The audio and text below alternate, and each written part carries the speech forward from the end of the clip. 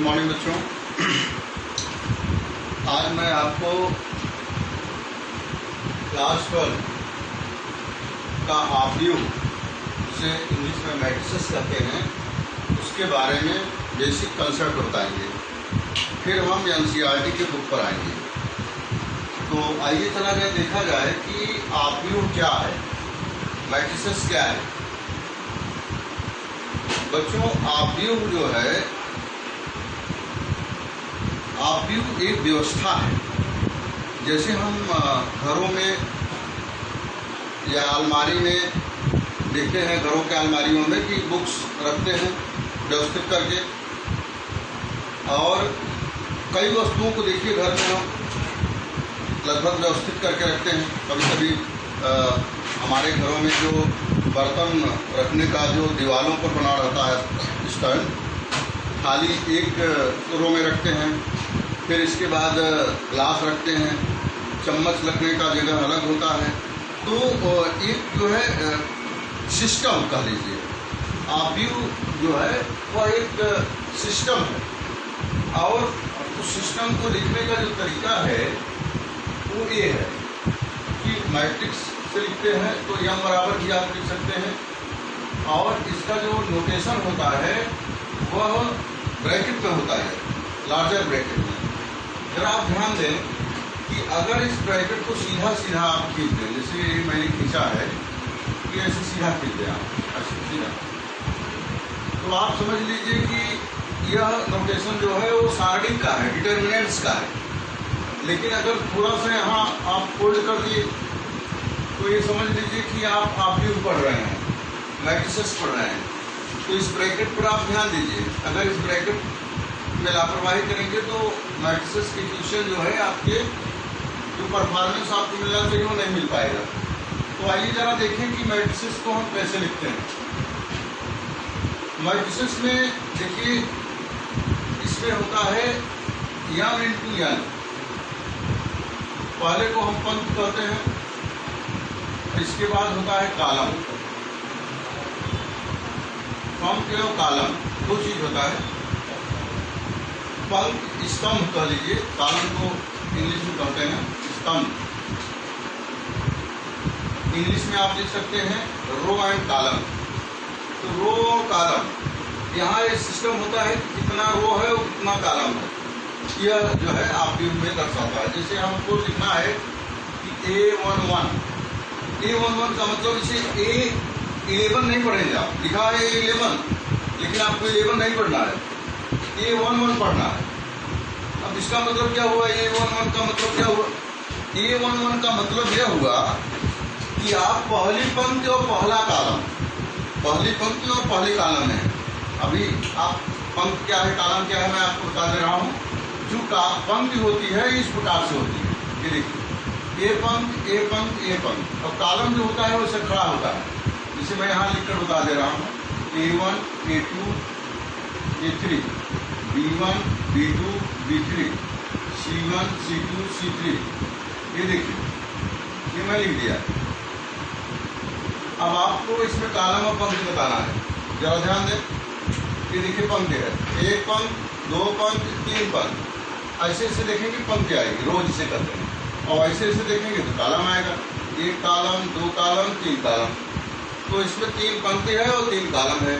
तो हम कहेंगे कि यह 3x3 ऑर्डर का मैट्रिक्स है। ऑर्डर मतलब क्रम, 3 और 3 क्रम का जो है मैट्रिक्स है।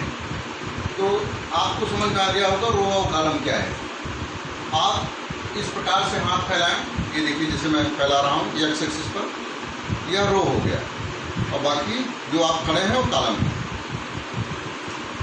तो A1 मतलब पहली पंक्ति पहला कॉलम, A12 पंक्ति मैं नहीं चेंज कर रहा हूँ, कॉलम चेंज कर रहा हूँ। इसके बाद A13 डॉट डॉट डॉट, ये मैं चल रहा हूँ A1 यम, A1 यम तक चला। अब इसी प्रकार से A21, A22, A23 dot dot dot, A2 और इसी प्रकार से आप लिखते चले आइए नीचे। जितनी इच्छा हो उतना लिखिए, कोई दिक्कत नहीं। अब आ जाइए आप, अब देखिए 1 2 3 कहाँ तक जाएंगे आप? n तक जाएंगे। an1 an2 an3 dot dot कहाँ तक गया? an तक। तो आपने देखा कि ये जो लास्ट में आया n और m आया, मतलब कि रो और कॉलम, तो कितना कॉलम है इसमें? m इंटू n का जो मैट्रिक्स है, अर्थात m इंटू n ऑर्डर का यह मैट्रिक्स है। जैसे हमने लिख दिया कि a1 a2 b1 b2। अब आपसे पूछा गया, पहले एक्सरसाइज में यही पूछता है कि आप बताइए कि किस ऑर्डर का मैट्रिक्स है। तो किस ऑर्डर का मैट्रिक्स है, तो इसको जानना तो आपको बेसिक कंसेप्ट तक मैं बता रहा हूँ, पहला वीडियो है और हम आपको बेसिक कंसेप्ट सिखा रहे हैं। इसके बाद हम एक्सरसाइज चलेंगे। a1 a2 b1 b2। अब इसमें आपको बताना है कि किस ऑर्डर का मैट्रिक्स है। तो इसके ऑर्डर को जानने के लिए हम क्या करते हैं? रो इंटू कॉलम जानते हैं, कितने रो हैं कितने कॉलम हैं। तो रो देखते हैं, एक रो दो रो, यहाँ दो रो है, कॉलम कितना है 1 2, फिर हो गया 2 इंटू 2 ऑर्डर का मैट्रिक्स हो गया। बिल्कुल इजी है, थोड़ा समझने की बात है। तो मैट्रिक्स में आपने सीखा कि कितने ऑर्डर का मैट्रिक्स है, इस बात को आपने सीखा। अब हम मैट्रिक्स के बारे में आगे चलते हैं।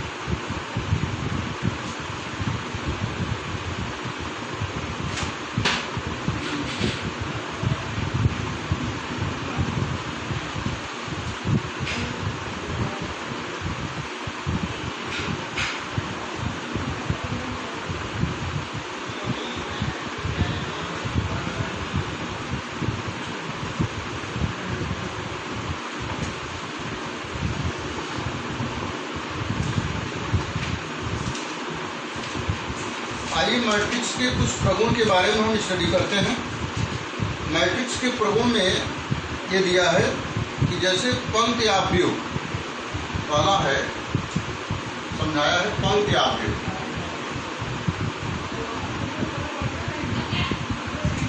आइए हम जानें कि पंक्ति आव्यूह क्या है। रो मैट्रिक्स पंक्ति आव्यूह क्या है? पंक्ति आव्यूह जानने के लिए जैसा कि कहा है पंक्ति आव्यूह, अर्थात उसमें पंक्ति आव्यूह में यह है कि यदि आव्यूह में केवल एक पंक्ति हो, कॉलम जितने हो उससे नहीं मतलब है, केवल एक पंक्ति हो तो उसे हम पंक्ति आव्यूह कहते हैं। जैसे देखिए मैंने लिख दिया 2 3 4, ये देखिए कितनी पंक्तियां हैं, केवल एक पंक्ति है, कॉलम कितना है उससे हमसे नहीं मतलब है। अगर रो मैट्रिक्स की बात कर रहा है तो रो मैट्रिक्स में केवल एक रो होना चाहिए। अब इसी का जस्ट अपोजिट आप जान लीजिए सेकेंड नंबर पर। अगर आपसे पूछ लीजिए कि स्तंभ मैट्रिक्स क्या है, कॉलम मैट्रिक्स क्या है, तो बस डेफिनेशन वही है, केवल आपको शब्द चेंज करना है। जो शब्द पहले आया है उसको आप प्राथमिकता दीजिए। जैसे पंक्ति आव्यूह था तो उसमें केवल एक पंक्ति थी। जैसे स्तंभ आव्यूह है तो उसमें क्या होगा? एक स्तंभ होगा, पंक्ति कितनी है उससे नहीं मतलब है। तो आपने लिख दिया 5 6 7, कुछ भी लिख दिया। ये देखिए ये आपका स्तंभ आव्यूह है, एक स्तंभ है इसलिए स्तंभ आव्यूह है, एक पंक्ति है इसलिए पंक्ति आव्यूह है। तो आपको ये समझ में आ गया होगा कि पंक्ति आव्यूह क्या है और स्तंभ आव्यूह क्या है। अब हम आपको सिखाएंगे स्क्वायर मैट्रिक्स। देखिए ये सब बातें आप अगर नहीं सीखेंगे तो आप एक्सरसाइज करने में आपको प्रॉब्लम होगी। तो अब देखिए हम बात करते हैं वर्ग आव्यूह की।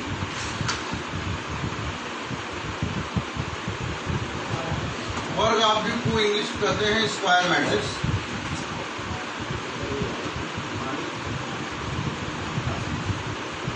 स्क्वायर मैट्रिक्स में जैसा कि नाम है स्क्वायर, स्क्वायर में हम लोग जानते हैं वर्ग। तो स्क्वायर मैट्रिक्स का मतलब ये है कि columns and row should be same. Column और पंक्ति जो है वो समान होनी चाहिए, तो वहाँ जो है वो स्क्वायर मैट्रिक्स हो जाता है। जैसे देखिए, जैसे 2 3 5 9 2 1 2 1 3 कुछ भी लिख दीजिए आप। ये देखिए, लेकिन जो मैट्रिक्स का आर्डर है वो सेम होना चाहिए, तभी वह स्क्वायर मैट्रिक्स होगा, नहीं तो नहीं होगा। और एक बात और हम आपको बता दें, पहले इसको हम बता दें। देखिए 1 2 3, 1 रो 2 रो 3 रो और 1 कॉलम 2 कॉलम 3 कॉलम, 3 × 3 आर्डर का मैट्रिक्स हो गया। लेकिन एक चीज़ आप ध्यान दें कि चूंकि स्क्वायर मैट्रिक्स आया है, इसलिए हम आपको बता दे रहे हैं, आगे चलकर अभी बात करेंगे उस वक्त, कि किसी भी दो मैट्रिसेस को ऐड करने के लिए, जोड़ने के लिए और सब्सट्रैक्ट करने के लिए, घटाने के लिए हमको स्क्वायर मैट्रिक्स ही चाहिए। अगर स्क्वायर मैट्रिक्स नहीं रहेगा तो उसका एडिशन और सब्सट्रैक्शन संभव नहीं है। तो आपने सीखा वर्ग आव्यूह, अब हम आपको सिखाएंगे विकर्ण आव्यूह। विकर्ण आव्यूह क्या होता है देखिए।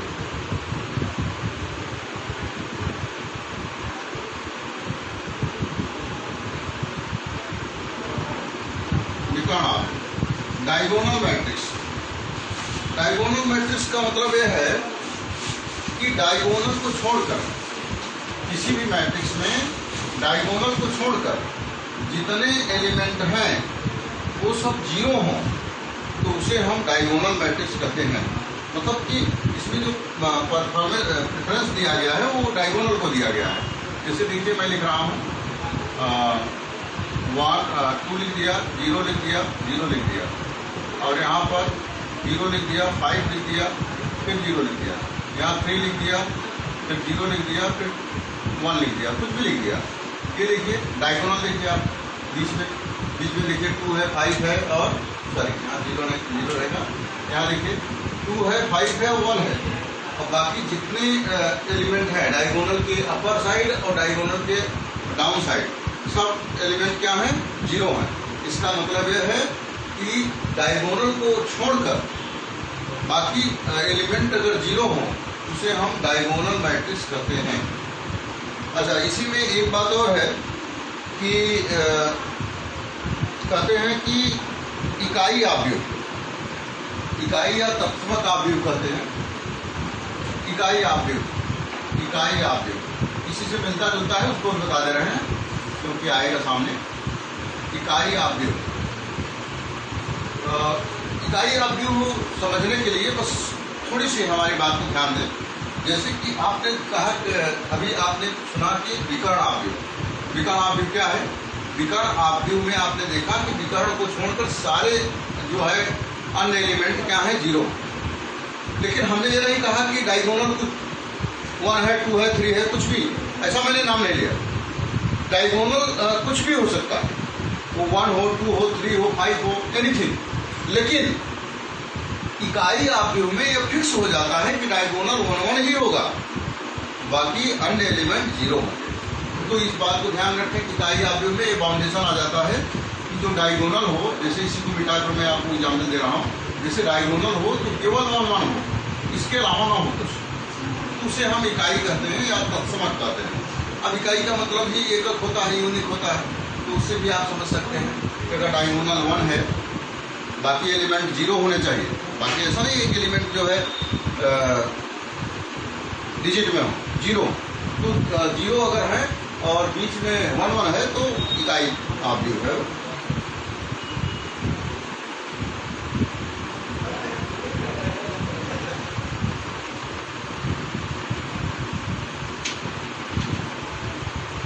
अब हम आपको बता रहे हैं कि अदिश आव्यूह क्या होता है। अदिश आव्यूह, अदिश आव्यूह में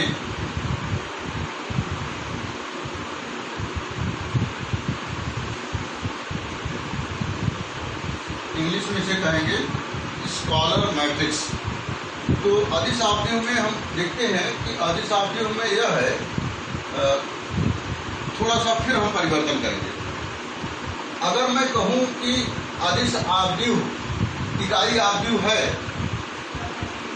इकाई आव्यूह अदिश आव्यूह है, लेकिन कोई जरूरी नहीं है कि अदिश आव्यूह इकाई आव्यूह होगा। थोड़ा सा घुमा रहा हूं मैं आपको। उसका रीजन यह है कि अगर डायगोनल सेम है और बाकी एलिमेंट जीरो हैं तो वहाँ अदिश आव्यूह होगा। तो इकाई आव्यूह में भी यही देख रहा हूँ कि 1 1 हर जगह है, बाकी एलिमेंट जीरो हैं, तो आप कहेंगे सर अदिश आव्यूह है? हाँ बिल्कुल है, लेकिन अगर 1 1 की जगह 2 2 आ गए, 3 3 आ गए, 4 4 आ गए, तब तो इकाई आव्यूह नहीं रह गया, लेकिन वह अदिश आव्यूह है। तो अदिश आव्यूह की डिफिनेशन क्या हो गई? अदिश आव्यूह वह आव्यूह है जिसके विकर्ण के सभी अवयव सेम हो और बाकी एलिमेंट जीरो। ये मैं उदाहरण दे रहा हूँ आपको, ये देखिए, जैसे जीरो यहाँ पर लिख दिया मैंने, 5 लिख दिया, 0 लिख दिया, 0 लिख दिया, 0 लिख दिया, फिर 5 लिख दिया, 0 लिख दिया, फिर 0 लिख दिया, 0 लिख दिया, 5 लिख दिया। अब देखिए हर जगह मैंने क्या लिखा? 5 लिखा, तो 5 आप देख रहे हैं सेम टू सेम है, बाकी सब एलिमेंट जीरो हैं। इसका मतलब कि यह अदिश आव्यूह है। अब आपको ये समझ में आ गया कि अदिश आव्यूह क्या है। अब हम आपको सिखाएंगे कि आव्यूहों की समानता, इक्वलिटी ऑफ मैट्रिसेस। आइए देखते हैं उसको।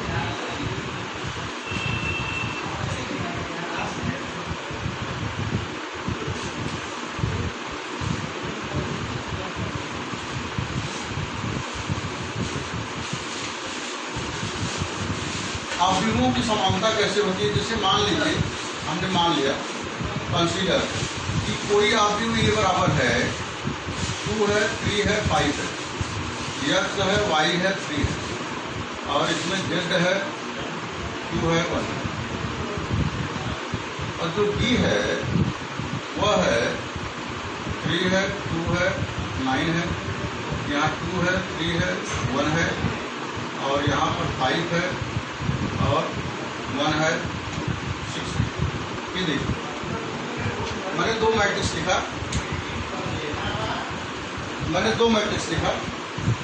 A and B. जैसा कि हमने आपको बताया कि जो मैट्रिक्स है उसका जो है, अभी हम आपको कंसेप्ट क्लियर कर रहे हैं। तो आइए कंसेप्ट क्लियर में अगला टॉपिक हमारा है जो है इक्वलिटी ऑफ मैट्रिक्स की समानता, आव्यूह की समानता। आव्यूह की समानता किस प्रकार से होती है? आव्यूह की समानता समझने के लिए बस एक लाइन आप समझें कि आव्यूह में जो एलिमेंट जिस प्लेस पर है, दूसरे आव्यूह में उसी एलिमेंट से उसका कंपेरिजन करते हैं, तुलना करते हैं। अर्थात जैसे मैंने बताया A11, A12, A13 अभी बताया आपको। तो जैसे A11, जैसे दो मैट्रिक्स है A एंड B, तो मैट्रिक्स A में A11 पर जो है, अर्थात पहले पंक्ति और पहले कॉलम पर जो एलिमेंट है, और वही एलिमेंट B में देखते हैं A11 में, और दोनों को इक्वल करके लिख देते हैं। तो इसे कहते हैं इक्वलिटी ऑफ मैट्रिक्स, दोनों मैट्रिक्सों की तुलना की गई। जैसे इसमें है कि A एंड B आपके एक्सरसाइज में दिया गया है, A एंड B दो मैट्रिक्सेस आपके दिए गए हैं। अब कह रहे हैं दोनों इक्वल हैं, तो find the value of x, y and z। तो x, y और z की वैल्यू आप फाइंड करके दिखाइए। तो पहले तो हम क्या करेंगे, A इक्वल टू बी लिखेंगे। A इक्वल टू बी का मतलब यह है कि जो मैट्रिक्स A है और जो मैट्रिक्स B है दोनों को इक्वल कर देंगे। 2 3 5 x, y 3 z 2 1, और इसके इक्वल लिख देंगे 3 2 9 2 3 1 5 1 6। ये देखिए मैंने दोनों मैट्रिक्स को इक्वल करके लिख दिया। अकॉर्डिंग टू कंडीशन, एक कंडीशन दिया रहेगा, या तो इक्वल करके लिखा रहेगा। अब इसमें कह रहा है find the value of x and y, x, y and z। अब जरा देखिए यहाँ पर ध्यान दें, A11, A12, A13, A21, यहाँ जरा देखें x किस प्लेस पर है, A21 पर है, अर्थात दूसरी पंक्ति और पहले कॉलम में है। A21 का मतलब कि दूसरी पंक्ति और पहले कॉलम में है। अब जरा इसमें भी देखिए A21 कहाँ है, A11, A12, A13 और A21, यहाँ देखिए A21, ये मिल गया। तो A21 और A21 दोनों को कंपेरिजन करेंगे, यहाँ x है यहाँ 2 है, हैंस x इक्वल टू 2, ये हो गया x की वैल्यू। इस प्रकार से आपको कंसेप्ट क्लियर करना है। ध्यान में रखना है कि जिस पंक्ति जिस कॉलम का यह अवयव हो उसी पंक्ति उसी कॉलम का वह अवयव, तभी आप कंपेरिजन कर सकते हैं, नहीं तो उसको कंपेरिजन नहीं कर सकते। अब जैसे y की वैल्यू हमको फाइंड करना है तो आप सीधे सीधे देखिए A22 और A22 पर क्या है, y है, और A22 इसमें क्या है, 3 है, तो y की वैल्यू आ गई 3। अब z को देखते हैं, A11, A12, A13 और A21, A22, A23, और यहाँ पर देखिए A31 पर है, और यहाँ A31 तो 5 है, तो z की वैल्यू कितनी आ गई, 5 आ गई। इस प्रकार से दो मैट्रिक्स आपको दिए रहेंगे कंपेरिजन में, तो you can find the value of the given variable. तो जो वेरिएबल की जो वैल्यू है आप आसानी से निकाल सकते हैं। कभी कभी यहाँ पर जैसे x है, x प्लस वाई लिख दिया और यहाँ पर 2 दे दिया, तो उसमें क्या करते हैं, इक्वेशन बनता है और दोनों इक्वेशन को सॉल्व करेंगे तब एक्स वाई निकलेगा। फिर बैठ जाएंगे, हाई स्कूल में जाएंगे, फिर सॉल्व करेंगे, कब निकलेगा। घबराने की बात नहीं उससे। तो आव्यूहों की समानता हो गई। अब हम आपको सिखाने जा रहे हैं कि sum of matrix, sum of 2 matrix, sum of 3 matrix को कैसे ऐड किया जाता है।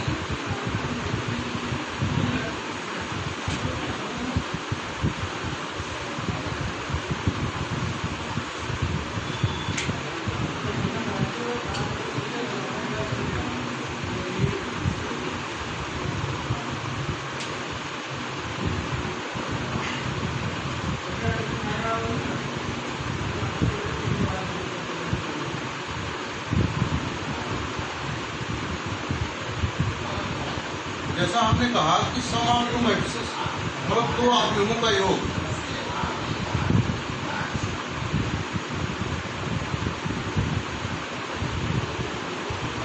दो आव्यूहों को जोड़ना है मुझे।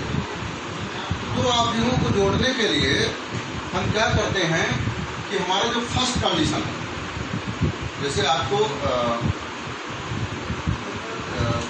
मान लीजिए कुछ उदाहरण ले लीजिए, जैसे आपको एटीएम में पैसा निकालना है, तो पहले कंडीशन ये है कि आपको एटीएम कार्ड जेब में रखना पड़ेगा। भाई एटीएम से पैसा निकालने जा रहे हो आप, तो एटीएम कार्ड नहीं लोगे, ठीक है, तो आपको दिक्कत होगी ना, कैसे निकालोगे जब एटीएम मशीन में एटीएम नहीं डालोगे, पैसा कैसे देगा वो। तो पहला जो कंडीशन आपका है कि एटीएम पहले घर से लेकर निकलना है, या आधार कार्ड से पैसा निकालना है तो आधार नंबर लेकर निकलना है आपको। उसी प्रकार से सम ऑफ 2 मैट्रिक्स में ये बात देखना है कि क्या वो जो मैट्रिक्स है वह स्क्वायर मैट्रिक्स है कि नहीं, मतलब कि दोनों मैट्रिक्स के जो ऑर्डर हैं वो सेम होने चाहिए। अगर ऑर्डर सेम नहीं है तो हम यह रूल अप्लाई नहीं कर सकते। जैसे गिवन है, ये दिया गया है, क्या दिया गया है, e इक्वल टू दिया है 2 3 1 5 2 0 और 3 1 2 कुछ भी दिया गया है, और जो b की वैल्यू दिया गया है 1 3 2 5 9 2 1 0 2 5, ये दिया गया है। जब हम चेक करते हैं पहला काम, पहला वर्ड, फर्स्ट वर्ड चेक करते हैं कि क्या दोनों मैट्रिक्स वह सेम ऑर्डर में है कि नहीं। यहाँ देखते हैं 1 2 3 1 2 3, मतलब कि 3 into 3 ऑर्डर का है, 1 2 3 1 2 3 3 into 3 ऑर्डर का है। तो दोनों जो मैट्रिसेस हैं वो 3 into 3 ऑर्डर का ये भी है और 3 into 3 ऑर्डर का ये भी है, सेम ऑर्डर के। इसका मतलब यह है कि हम यहाँ अप्लाई कर सकते हैं, यह हम अप्लाई कर सकते हैं। कौन, एडिशन करो, समेशन करो, which is implies A plus B. हमको दोनों मैट्रिक्स को ऐड करना है, जोड़ना है, आइए जोड़ते हैं।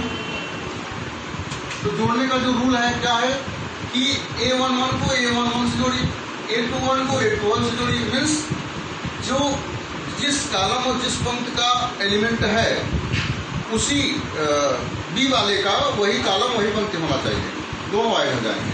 जरा देखिए, जैसे 2 को हम 3 से ऐड करेंगे तो 3 2 5, या मैं एक बार लिख दे रहा हूँ, आप कंफ्यूज नहीं होंगे। 2 + 3 3 + 2 1 + 5, यहाँ देखिए 5 + 9 2 + 2 0 + 1, यहाँ देखिए 3 + 0, 1 + 2, 2 + 5।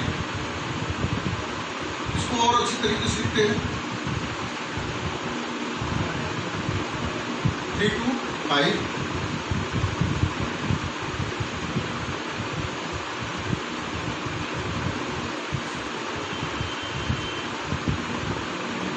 ये देखिए, ये आपका आंसर आ गया कि दो मैट्रिक्स दिए रहेंगे, तो जिस रो जिस कॉलम का है उसी को हम क्या करते हैं, दोनों को जोड़कर और a + b हम दिखा देंगे और दैट विल बी आंसर।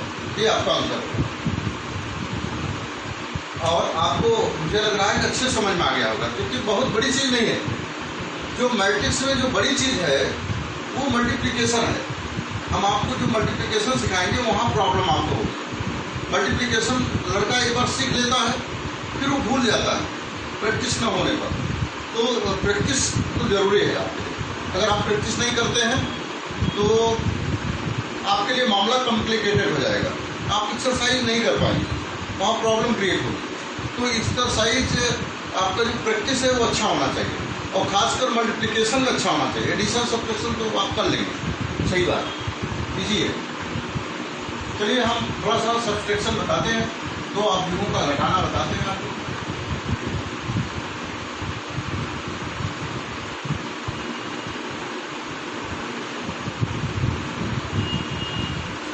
दो अवयवों का घटाना, सब्ट्रैक्शन ऑफ टू मैट्रिसेस। अब कंसीडर कर लीजिए कि कोई दो मैट्रिक्स दिया गया है, कुछ भी है, 9 है, 3 है, 2 है, 1 है, 5 है, 2 है, और 6 है, 1 है, 3 है, और जो b की वैल्यू दिया है वह 5 है, 1 है, 0 है, 2 है, 3 है, 1 है, और 9 है, 1 है, 2 है। ये देखिए, ये दो मैट्रिसेस दिए गए हैं। अब हमको ये कह रहा है कि आप माइनस करिए, ये माइनस b। इसमें भी हमने बताया आपको एडिशन और सब्ट्रैक्शन दोनों की बात मैं कर रहा हूँ। दोनों में देखेंगे कि सेम कॉलम सेम ऑर्डर का मैट्रिक्स है नहीं। तो ये भी देखा मैंने कि 3 × 3 ऑर्डर का मैट्रिक्स है, और ये भी देख रहा हूँ 3 × 3 ऑर्डर का मैट्रिक्स है, सेम ऑर्डर का मैट्रिक्स है। तो इसलिए हम जो सब्ट्रैक्शन का जो रूल है इस पर हम लगा सकते हैं। तो सेम टू सेम वही रूल है, जैसे हम प्लस लिख रहे थे वैसे माइनस कर देंगे बस। चलिए 9 - 5 4। देखिए मैं डायरेक्ट जैसे जोड़ के बताया हूँ तो वहाँ माइनस हो जाएगा, बाकी इनडायरेक्ट बता रहा हूँ। 3 - 1 2, 2 - 0 2, 1 - 2। यहाँ देखिए 1 में से 2 घटाना है तो -1 आ जाएगा। 5 - 3 2 आ जाएगा, 2 - 1 1 आ जाएगा, 6 - 9 -3, 1 - 1 0, 3 - 2 1। ये आप देख रहे हैं कि ये सब्ट्रैक्शन ऑफ मैट्रिक्स हो गया। मैट्रिक्स जो है यह माइनस हो गया, मैट्रिक्सों का घटाना। अब हम आपको एक चीज और बता दें कि अगर किसी मैट्रिक्स में, किसी भी मैट्रिक्स में किसी कांस्टेंट का अगर हम मल्टीप्लाई करना चाहें तो उस मैट्रिक्स पर क्या इफेक्ट पड़ता है उसकी बात मैं कर रहा हूँ।